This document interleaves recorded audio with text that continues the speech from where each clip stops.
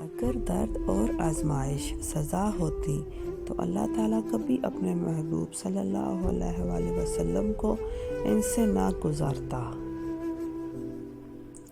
دنیا کا سب سے انمول تحفہ نیک ہم سفر ہے جو قیمت سے نہیں قسمت سے ملتا ہے۔ اللہ کے ہاں پاکیزہ جذبے قبول کیے جاتے ہیں۔ آپ بے شمار محبتیں کریں لیکن اللہ سے زیادہ محبوب کسی کو نہ رکھیں۔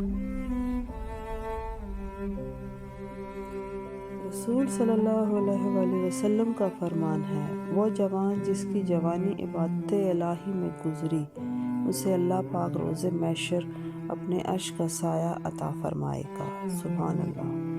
جب درد بڑھنے لگے اور کچھ بھی سمجھ نہ آئے تو رب کی طرف چلے جاؤ، کیونکہ دل کا سکون بس اسی کی یاد میں ہے۔ بندہ جب تک سجدے میں ہوتا ہے اس کے سر پر نیکی کی بارش ہوتی ہے۔ اللہ تعالیٰ تمہارے دل کی ہر وہ مراد پوری کرے جس کے لیے تم دن رات دعا کرتے۔ بے شک مشکل کے ساتھ آسانی ہے۔ مشکل وقت پر صبر کرنا اور بہتر وقت پر شکر کرنا مومن کی پہچان ہے۔ کسی سے محبت کا بہترین طریقہ یہ ہے کہ اسے ہمیشہ اپنی دعاؤں میں یاد کیا جائے۔ مشکل وقت میں ہمیشہ دعا مانگا کرو، کیونکہ جہاں انسان کا حوصلہ ختم ہوتا ہے وہاں رب کی رحمت شروع ہوتی ہے۔